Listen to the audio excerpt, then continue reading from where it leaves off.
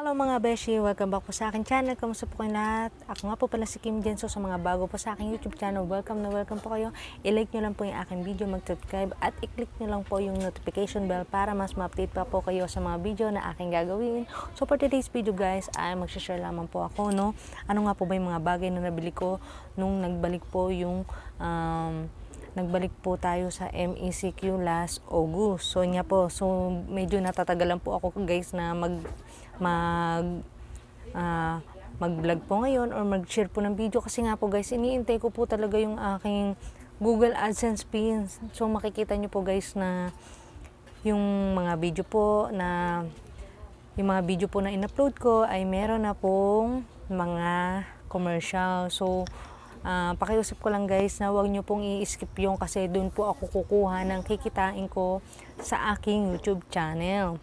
So kung nagugustuhan nyo po yung mga video na sinashare ko about sa mga pampaswerte, about sa review sa mga product. So pagdating po sa mga product guys, nag-aaral pa lang po talaga ako na mag-review. So hindi pa po ako marunong. So kasi ang first vlog ko po na ginawa dito is yung mga pampaswerte. So talaga pong guys, yung legit po yun. Talaga pong nakakatulong po siya sa akin. So share ko lang po ng konti, no.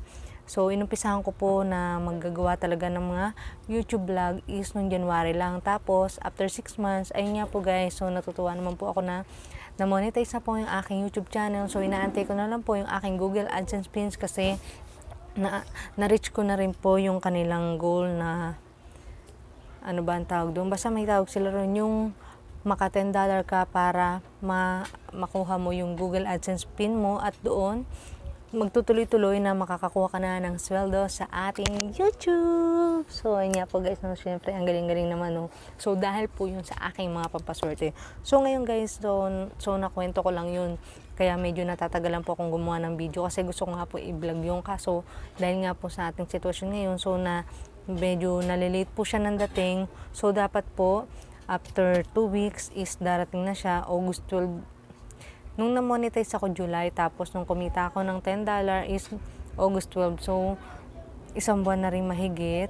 Ngayon, September 12. So, hindi pa nga po talaga siya dumarating. So, sana nga po ay dumating na.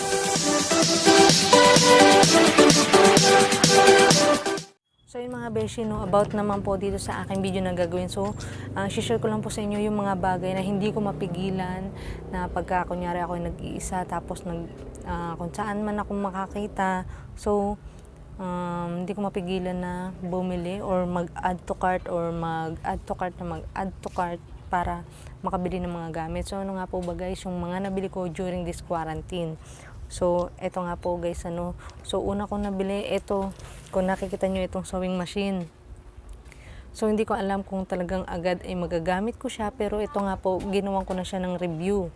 So, mapapanood nyo po yun sa aking YouTube channel at saka sa aking Facebook page. So, kung ano nga po ba yung mga pwede natin pagkakitaan gamit itong sewing kit na to. So, binili ko rin to guys kasi gusto ko nga po yung mga damit ko. Ako na po talaga yung mag-repair kung meron po mga sira. So, yun nga po guys. So, ito yung first product na binili ko.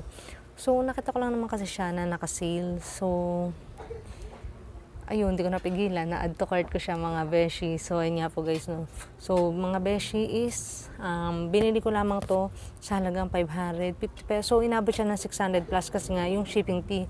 So, talagang pag nakagawa na ako mga beshi ng product galing dito, so bala ko nga pong gumawa ng unang-una punda ng una, basta makabili lang ako ng tela sa Divisoria. Pag pwede na po tayong lumuwas mga beshi, bibili talaga ako at ayun nga po, gagawin ko, ipapakita ko sa inyo kung paano ko gagawin gamit itong sewing machine. So ito nga po yung mga beshi, yung unang product na binili ko nung nag-quarantine magmula nung August. So niya mga beshi, no. So ito po. So ito talaga makakatulong sa akin dito, pero hindi ko alam kung kailan ko pa siya magagamit agad kasi nga kulang pa rin ako sa mga gamit. So sana mga beshi, makaluwas na tayo ng Divisoria para magamit na natin itong sewing machine. So punta naman tayo sa next product na aking binili mga beshi. So ito nga po, so di ba nga na-addict nga tayo sa ano ba mga tawag doon, haul, yung mga pagbili-bili ng kung ano-ano sa internet, sa Lazada, sa Shopee. So ito naman guys yung second second thing na aking nabili. So, ito po is, tadam! So, ito yung plancha guys. Ito yung nauusong plancha ngayon na napapanood nyo yung may mga review sa Facebook. Yung mga buhok na kinky. Tapos, pagka isang apply pa lang, tapos, straight na agad siya. So, ito yun. So, kasi nga mga beshi, nag-sale siya ng 999. So, nakita ko, di ba nga after every 3 months nagpapa-Brazilian ako para mabuhay yung buhok ko. So kailangan gumamit ako ng plancha. Sira na nga yung plancha na ginagamit ko. Kaya nitong huling pag-Brazilian ko, so hindi maganda yung kinalabasan ng pagpapa-Brazilian ko. Kaya ngayon, isang buwan pa lang is mag-aara na yung itsura ng buhok ko, ganyan. Pero ginamit ko na to mga beshi. So ito nga siya, no. Ayan, yung plancha. So, binili ko to. Ito yung second binili ko. Worth 999 kasi nga naka-sale siya. So, ayan, mga beshi, no. Maganda siya sa buhok. Madali siyang gamitin. So, kung magpapalit kayo ng bagong plancha, mga beshi, kung meron kayong mga parlor, kung ang business nyo is about sa mga pagpapaganda ng buhok. So, ito yung may re-recommend ako sa inyo na magandang bilhin. So, sulit na sulit yung pera nyo dito. So, hindi ko alam kung sale pa rin siya ngayon, pero basta ang bili ko dito is 999, free shipping na siya. Tapos ayun nga, tapos may kasama rin siyang isang clip sa buhok. So ayun mga beshi, no. So malaking tulong na rin to sa akin kasi manipis naman yung buhok ko. So pagka nagpa-plancha ko, ito na lang, isang clip na to yung ginagamit ko. So ang kagandahan niya, beshi, so ito talaga para sa mga girls na laging may mga biglaan lakad. So, kunyari, papasok kayo ng work, tapos, syempre, yung buhok nyo, di ba, gusto nyo laging maganda. So, ito na lang yung gagamitin nyo, straight lang. Pwede rin siyang pang curl, bahala kayo kung ano gusto nyo gawin. Pero, mas maganda to kasi hindi siya nakakadry ng buhok. So, yung mga beshi, no. So, 999 itong bili ko dito. So, kanina yung sewing machine is 600, tapos ito 999. So, di ba, kung naisip ko na ibili na ng pagkain yun, nabusog pa ako, pero dahil nga sa add to cart, so ayan, so ito yung mga talagang umubos ng pera ko. So ito guys, no, so ito yung pangalawa, yung plancha, pero tingin ko naman ito nakakatulong to sa akin kasi nga, syempre, di ba, hindi naman kagandahan yung buhok ko. So pagka gusto ko lang mag-ayos, may biglaan lakad, so ito na lang yung ginagamit ko para hindi ako mahirapan mag-ayos ng buhok ko. So, yun nga po guys, ano. So, saka magagamit ko to. At iniisip ko rin itong gawing business, no. Yung may mga biglaang lakad dyan, kung gusto magpa-plancha ng buhok, ako na lang magpa-plancha, 100 pesos lang, mga beshi. So, ayun, no. Pwede rin, kapag ka talaga business-minded ka, kung ano iniisip mo, diba? So, ayun, naisip ko na pwede rin ako magplancha ng buhok nila, tapos babayaran na lang nila ako. So nga guys, ano, mga beshi. So ito po yung plancha, kung gusto nyo mag-upgrade ng bagong plancha, 1,000 pesos lang to mga beshi. So ayan po yung second product na nabili ko during this quarantine. So yun nga mga beshi, ano. So ano po ba yung third product? Siguro mga 3 product na yung papakita ko sa inyo kasi yung iba nagamit ko na, hindi ko makita kung saan ko pinaglalagay. Basta maraming product na umubos nung pera ko or nung yung mga sinisweldo ko weekly kasi hindi naman ako nahinto sa pagtatrabaho kahit quarantine. So tindera tayo ng bigas, so hindi tayo tumitigil sa pagtatrabaho dahil magastos tayo. So, ito mga beshi, yung pangatlong product na nabili ko during this quarantine. So, ito hindi ko alam kung talagang, minsan siguro, pag masipag lang ako, tsaka ko lang ito magagamit. So, ano nga po ba ito? So, ito nga po yun mga beshi, no? So, itong bagong-bagong hula hoops. So, ito yung pampalit ng ating mga belly. So, pagka masipag ako, ginagamit ko siya. So, papakita ko sa inyo guys kung ano ito. Tadan! So, para siyang, ano ba tawag dito? Para siyang manibela ng kotse. So, malapit na. Gustong-gusto ko na magkakotse. So, ito mga beshi, no.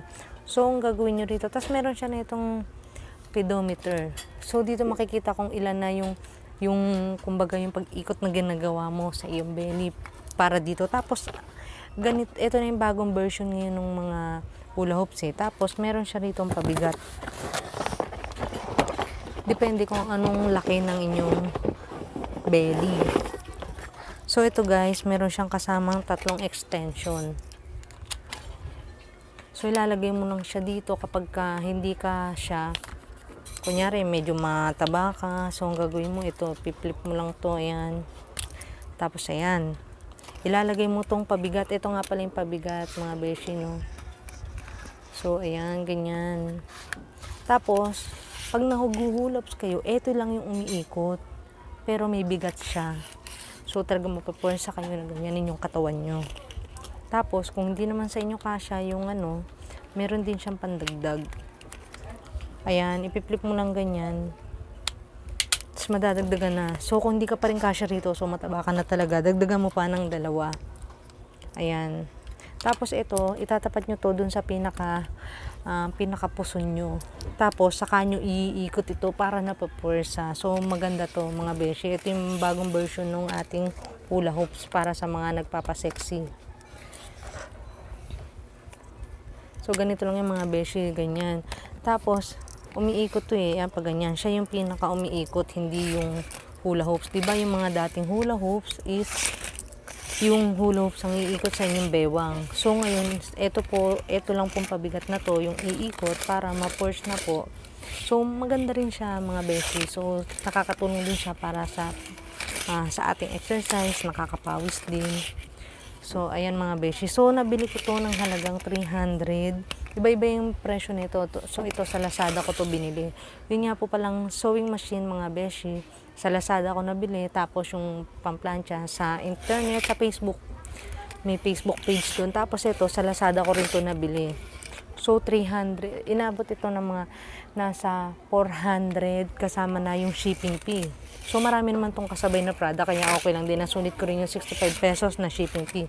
So, ayun mga beshi, no? So, ayun nga po, kung kayo ay nagpapaliit ng inyong mga belly or gusto nyo kahit simple exercise, yung mapagpawisan, pwede na yung mga ganito, beshi.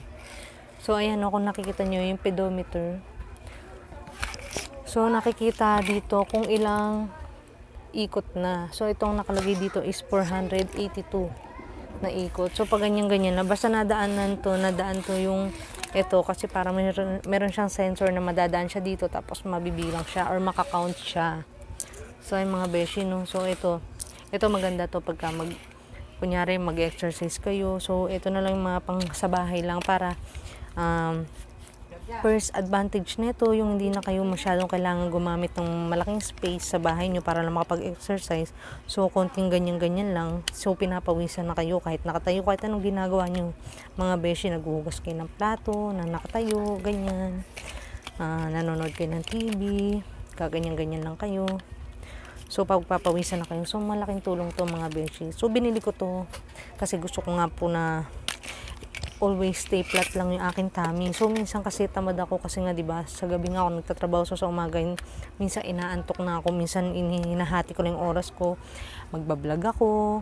Tapos, mamamalengke. Kasi nga, diba, ang palengke days namin is 2 beses na lang sa isang linggo. So, ang hirap po mag-budget ng oras. So, yung mga beshi, no? So, para talaga siyang, para nagpaparamdam na sa akin na makakabili na ako ng sarili kong kotse. So, yung mga beshi, no? So, tinan nyo. Diba? So, malaking advantage din to kasi kahit na anong ginagawa nyo, kahit na nakatayo lang kayo, nakikipagkismisan kayo, pwede kayo mag-roll ng ganito. So, ang mangyayari is, papawisan na kayo. So, yung mga beshi, no? So, kung gusto nyo na pagpawisan kahit papano is, eto, marirecommend ko sa inyo, beshi, yung mga ganito, mga beshi ko, no? So, ayan yung mga ganito. So, mas maganda to kasi mas maliit na space lang yung gagamitin nyo, lalo na kung katulad ko po kayo, maliit lang yung bahay, maliit yung kwarto, kahit konting-konting galaw lang, pwede na. So, ito, mga beshi, no? So, pwedeng-pwede na po sa inyo. So, ito nga po yung pangatlong bagay na nabili ko. So, marami pa po akong binili. So, katulad po nito, meron na po akong review nito. Ito nga po, mga beshies, nabili ko ng 750 ng buy one take one. Tapos, bumili din ako nung yung aking lip tint. So, yun naman, nakita ko yun sa TikTok. Ito, no? So, nabili ko siya ng 350. Yan, colorette, yan. So, itong mga nabili ko, no? So, hindi ko nga po kasi talaga mapigilan na mag-add to cart. Kaya po ngayon, ay ang ginawa ko na po, tinanggal ko na po yung Lazada sa aking cellphone para din po mas madagdagan yung space niya para po sa mga video na aking ginagawa. So yun nga mga beshi, no? So ilang lamang po yan sa mga bagay na umubos ng pera ko nung quarantine, bukod pa po sa pagbili ko ng mga pagkain namin dito sa bahay. Ayan. So siyempre naisip ko rin naman minsan, 'di ba? Kaya nga tayo nagtatrabaho para mabili yung mga gusto natin. Pero minsan naisip ko rin pag nabili ko na yung ibang gamit. So parang nanghihinayin na ako bakit naubos yung perang ipon ko, bakit naubos yung hawak ko na pera. So yun nga po, kaya ngayon ang ginagawa ko is nagtatrabaho na lang po uli ako at nagtitipid ako. Kasi mga beshi, alam nyo ba, bala ko next year, pagpasok ng 2021, gusto ko na magpagawa ng sarili kong tiny house, yung sarili kong bahay dun sa lupa, sa bakante dito sa aming bakuran. So yun nga po mga beshi, no? So sana tulungan nyo ako, panoorin nyo lagi mga vlog na ginagawa ko, tapos papakita ko ron, ibablog ko kung paano nabuo yung aking dream tiny house. So yun nga po mga beshi, no? So gusto ko na talaga magkaroon nun, kasi para makapagpatayo na rin ako sa sarili kong kwarto, tapos magawa ko na lahat ng gusto ko doon, makakapag-vlog na ako ng maayos, nang walang mga kaingay-ingay, kasi meron nga ako mga vlog na sobrang mas maingay pa yung background ko kaysa sa bibig ko, di ba mga beshi? So may mga nagko-comment na, ay nako, ang ingay-ingay naman sa background mo, tapos mas malakas pa yung mga bibig nila kaysa sa sinasabi mo. So nga mga beshi, no? So sana panoorin nyo yung aking mga vlog, tapos wag nyo i-skip yung mga ads, kasi pinaghirapan ko yung mga beshi. So patuloy lang po kayo na i-share nyo lang po yung aking mga video kung nagustuhan nyo po. So yung mga beshi, no? So maraming salamat po sa lahat ng mga nakasubscribe. Meron na po akong 2,000 subscriber. So para po sa mga baguhan na katulad ko is malaking bagay na po yun. Tapos plus na monetize pa ako, di ba? Malaking blessing na po yun, kasi meron na akong pinangahawakan na pagsisimulaan. So wala man akong, siguro ngayon para sa iba mas maliit pa yun, pero para sa akin malaking tulong na po yun. Tulong na rin po yun ng aking mga pampaswerte, kasi kung mag-uumpisa po kayo ngayon, para sa mga nangangarap na mag-vlog, kung ako sa inyo, ngayon pa lang po umpisa nyo na, kasi pagdating ng 2021 is mag-iiba na naman yung rules ni YouTube, ni Google AdSense, na hindi na 1,000 subscriber ang kailangan. Yun nga lang, 1,000 subscriber is mahirap nang kunin. Paano pa po kaya yung kung mas madadagdagan pa, di ba? So kailangan mas masipag pa po kayo. So yun nga po mga beshi, no? So sisipagan ko na nga sa pagbablog, basta makuha ko lang yung aking Google AdSense pin, ay talaga araw-araw na po akong magbablog. So yun nga lang mga beshi, no? So maraming salamat sa panonood. Sana nagustuhan nyo yung video ko. So mas panoorin nyo pa po yung mga video na aking gagawin. So hanggang sa susunod po. Bye!